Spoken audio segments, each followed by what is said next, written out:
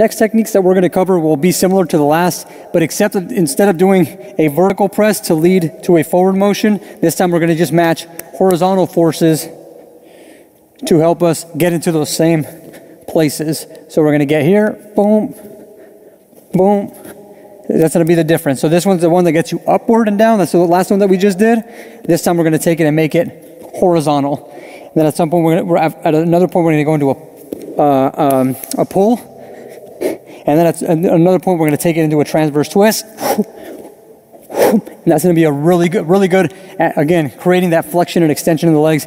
This is all primarily to help make the gait cycle a much easier thing to do. This is all, the whole purpose is, the main purpose of functional patterns is to make movement effortless. So every time I take a step, it's an effortless process. Every time I jump, every time I run, anytime I'm doing anything dynamically with my body, the idea is to make it effortless.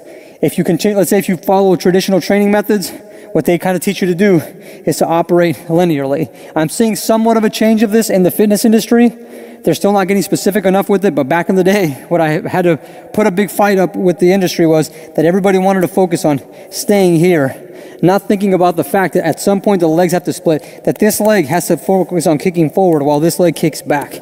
And so a long time ago, I came up with that perspective in my mind, and I said, okay, I need to make sure that most of the training orients around this fluttering of the legs, this oscillation of the legs moving back and forth. And so the idea of these exercises, especially for the exercise on this level, is that we promote an effortless use of these ranges of motion, and that once you get done doing an exercise like this, that in general, it just feels easy to walk because we actually train the muscles. We actually use the spine as a driver to help get us into that rotation, that we use the biceps and the pecs to help get us into that rotation, that we use all these ranges of motion to get us into these positions. So the whole idea here is that as we train the upper body and as we train these different dimensions, that this happens almost naturally. Okay, so what we're going to be doing, we'll start with a contralateral splitter, and the way that we're going to do that is going to have us again switching our stance. And so a way that we can start this off, first and foremost, if you want to just get comfortable with it, you can even clasp one hand here as a way to support yourself when you're going through this range of motion. The idea is that you're going to jump and then switch your legs. The whole thing is I don't want you to jump that high because I really want to emphasize the motion of your legs kicking forward and back like this. So really it's going to be a slight jump, then you switch your legs. You'll see how I'm rotating this way, elbows kind of pushing against the pulley here, then I come back.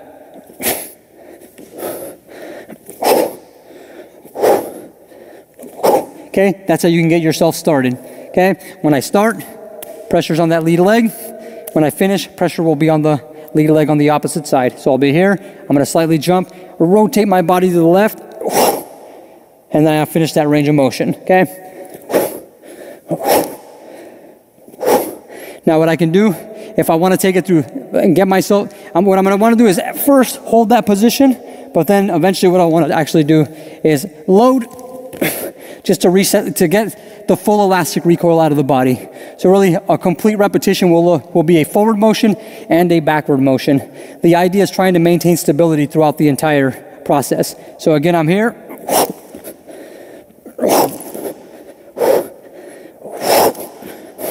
Abdominals are in, thoracic's extended so I can get good rotation.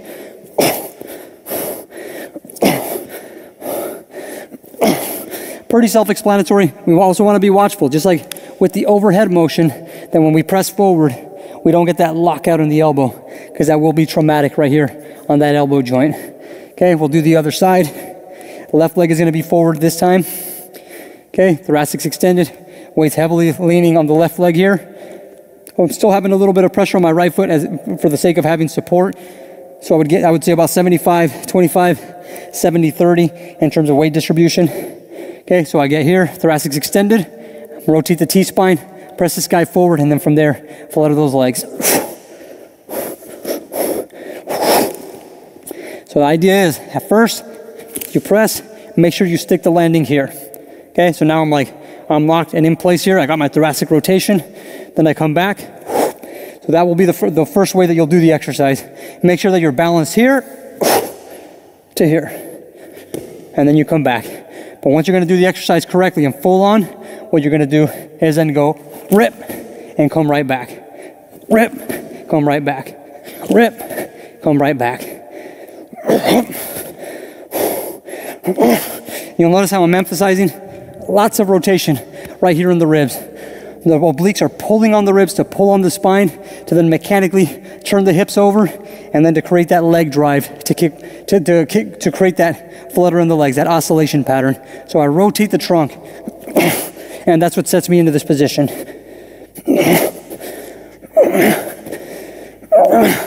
Okay, that is a pressing motion. What we'll then do is switch it into a pulling motion. You guys will see I'm getting fatigued here, because this is not easy movement. So keep that in mind. If you do these exercises, you're going to get tired pretty quickly. Anyway, unilateral stance, weight's heavy on this lead foot here. From there, I get back into that same position. From there, I'm going to pull and rotate.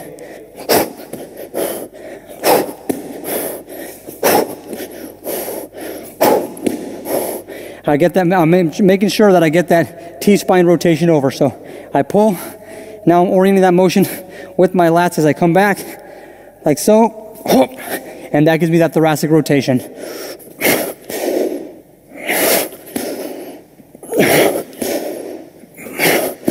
And again, you can focus on making sure you stick the landing here, boom, making sure you hit that well, you get the weight heavy on this lead foot, then you come back.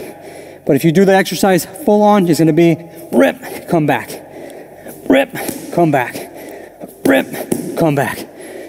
Okay, the last one that we're going to do is going to have us covering lots of transverse rotation. And it's going to be more difficult because now instead of us getting leverage on a press, we're going to take away leverage and turn this into a twist. Now that I got to get my arms all the way in front of me, I'm not getting leverage with my body. So now my core has to work a lot. So you guys are going to watch me suffer here a little bit. Bear with me. This is not going to be fun for me. Anyway, I'll be starting with my pressure once again on the lead leg. Then from there, I'm going to rotate my body all the way this way. So you guys will see naturally my body wants to rotate to the right. And then from there, I'm going to battle to rotate to my left. At the same time that I rotate my body to the left, I'm going to flutter my legs like this. Okay? So going back to that. So at the same time that I do this, I'm going to do this. So when they come together, this is what it'll look like.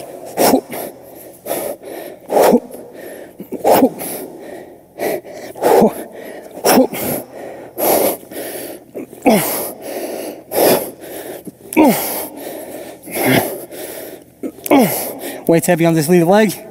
Now the weight's heavy on this lead leg. Now I'm going to go through the full cycle. So I go boom, and I come right back. Abdominals are always in, core's engaged.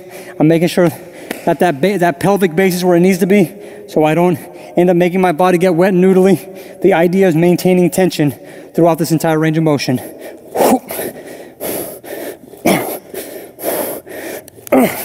I'll go one more. Oh, let's do the other side. Other side is gonna find me. I'm going and twisting in this direction. Similar concept. Pressure's on the lead foot here. Now I rotate. This is the side that you're going to see me struggle with as it comes to my rotation. But I can get there. I just have to concentrate a little bit more.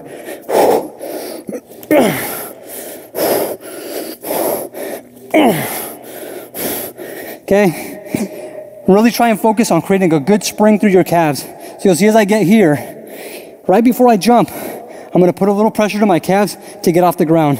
I'll create a little bit of shear out of my knee here, and then I'm going to catch off of that, jump, and then switch my legs. So here, whoop. Okay, so I'm going to do that at the same time as I do this flutter. So it's here, boom, and I come back.